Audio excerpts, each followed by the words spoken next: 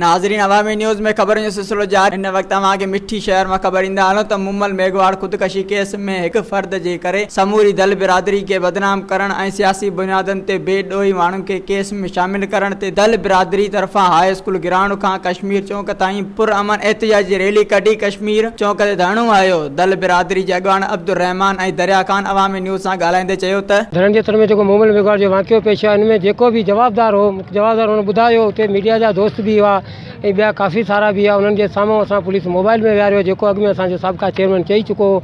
असीं इहो ई चवणु चाहियूं था त नाजाइज़ नाला ॾेई ऐं कंहिं बि हिकिड़े फ़र्द जे करे पूरी क़ौम असांजी खे ख्वार न कनि। महिरबानी करे छाछरो जा नुमाइंदा आहिनि या चेलार आहे, मिठी आहे, इस्लाम कोट आहे, उन्हनि खे इहा नज़र नथी अचे। डीपले में हिकिड़ो दोस्त असांजो वेही उन वटि अहिड़ी का कैमरा आहे जेको असांजे ॻोठ खे सर्च करे रहियो आहे। चेयरमैन साहिब जे करे को मेगहवाड़नि वेहणु वञे थो, चए थो उहो धमकाए रहियो आहे।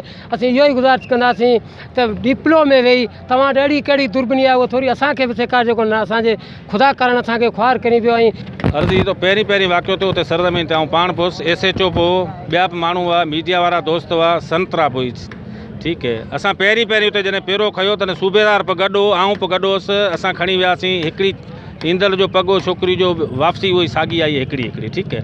पोइ छा थियो, असां उनखे खणी आऊं पाण वठी वियो आहियां SHO खे, उनखे जवाबदार जेको असां झले पहिरीं मोबाइल में विहारियो है, तंहिंखां पोइ लाश कढियो है। मज़ीद खबरों और तफसीलात के लिए विजिट करें हमारी वेबसाइट www.awamiNewsHD.com।